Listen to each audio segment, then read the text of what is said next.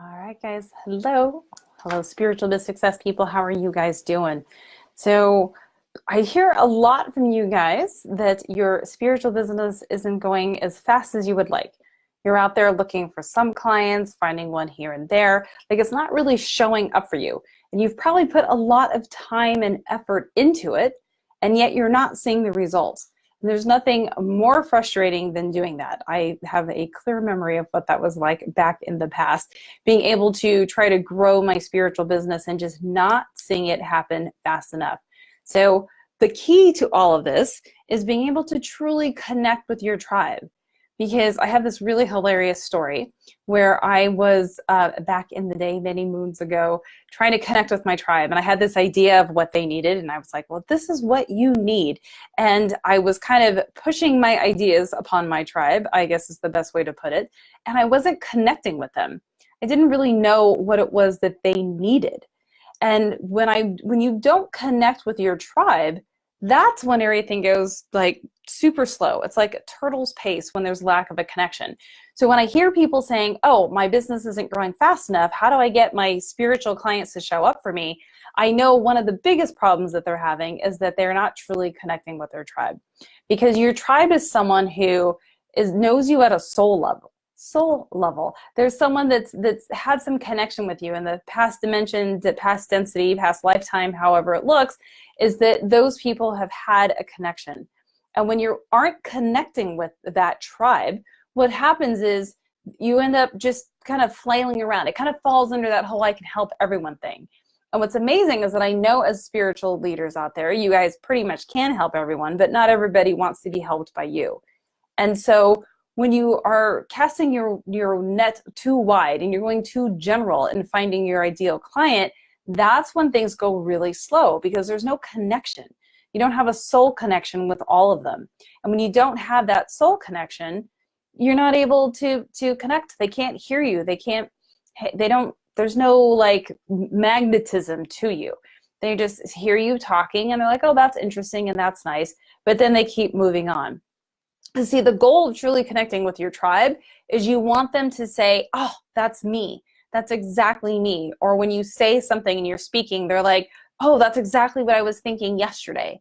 And when you have those moments of people connecting with you like that, that's when you know that you've nailed it. So if your spiritual business isn't growing fast enough, the biggest piece is because you just aren't connecting with your tribe. You don't know who your tribe is. And being able to connect with your tribe at a deep soul level is the most important thing. Otherwise, it feels salesy. It feels like you're marketing, right? That whole like left brain stuff that we don't like. And that's what happens when you're marketing and trying to sell your services to a tribe that isn't connecting with you. So you have to realize that connecting with your tribe is the single most important thing you can do. In my spiritual biz boot camp, we spend like the whole half of boot camp dialing that in, because without all of that detail and that real soul connection, you'll bring in the wrong people, because you have to remember that you are powerful creators and you are actually creating your ideal client. You get to create who this client is, and that creation process is incredibly important. So when you're too general or you don't know who you're serving, that's a big mishap. And that's part of one of the reasons why your spiritual business is growing very slowly. So that's probably the first one. That's the first tip, is you really must know your spiritual tribe at the deepest soul level for them to connect with you. And then the second tip is that you must be advertising. It's amazing to me how many people out there want to start a business, but they're not advertising. Well, if you're not advertising, you don't have a business usually, because then nobody knows who you are.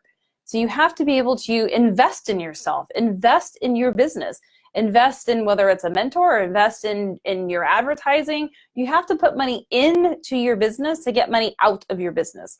There has to be an energy exchange, right? You have to do an energy exchange of that money, of that abundance, of that energy, so that you can put money into your business so people see you real and legit, and then you can do an energy exchange with your clients. So if you aren't advertising, you're not looking like a real business, and you're not able to reach people all over the world. I have clients all over the world, and I could not have reached any of them without advertising. So when you are ready to start your business, or if you have your business already and it's growing really slowly, you must start thinking about advertising. So that's step number 2. And then step number 3 to making all this tie together is to making sure you're serving them at the highest level. Like, we all have the best intention to serve them at the highest level, but there's a process. We spend, a couple of lessons in Spiritual Biz Bootcamp really defining how to serve, because we do have the best intentions, but we're not always getting the best results. So you need to be able to have the clients that are the perfect tribe to get them the best results. And if you're not getting them the best results, then they're not telling other people about you.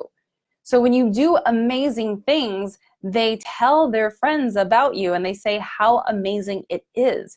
So it's incredibly, incredibly important to making sure that you're serving at the highest level.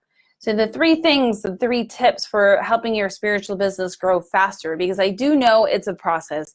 It really is a process. It took me a long time. Like, people are like, how did you get here? I've been in business 5 years now. So it doesn't happen overnight. You have to gain momentum, and you have to know how to get the clarity around how to serve your tribe and how to really be there for them and how to connect with them. So the 3 tips for growing your spiritual business quickly are making sure that you are finding your ideal client, that you're connecting with them at a soul level, that they know who you are, they trust you, they hear you, they connect with you, that you're speaking their language, that in the connection point that they're saying, that's what I think, or that's what I feel, or that's exactly what I said. And then you know you've connected with your client.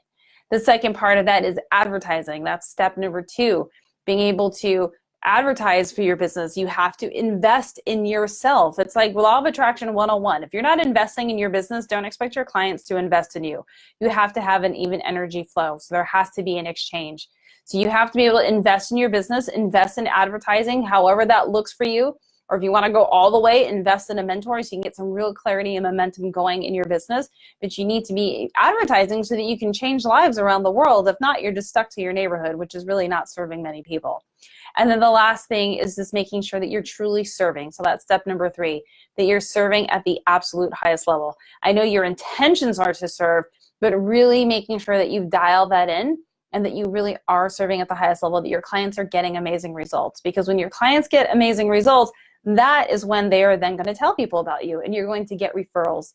And referrals are awesome because you don't even have to work for those, right? You just do amazing things for your clients and the referrals come pouring in.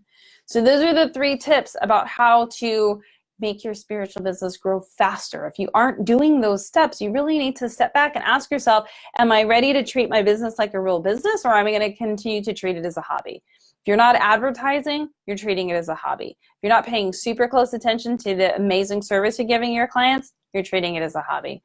And if you aren't connecting to the right tribe and you're kind of flailing about out there, that's also not serving. Because you've got, these amazing gifts that you've been given by Source, and you're ready to use them, but you're using them on the wrong people. And when you use your gifts on the wrong people, or they don't want help from you, then you don't have great results. So if any of you are out there not getting great results for your clients, you can't figure out why, it's because you're working with the wrong clients. So those are the 3 tips that you can use to grow your spiritual business faster than you currently are. And if you want to go at lightning rocket speed, which is what we do in Spiritual Biz Bootcamp, I'm going to post a link above. Watch our free training. If it resonates with you and you are truly ready to change your life in an incredible way, then book a call with my team and we will see if we are a vibrational match. So until next time, I'm Kimberly Maska, founder of Spiritual Biz Bootcamp, and I'll see you in the next video. Have a great day.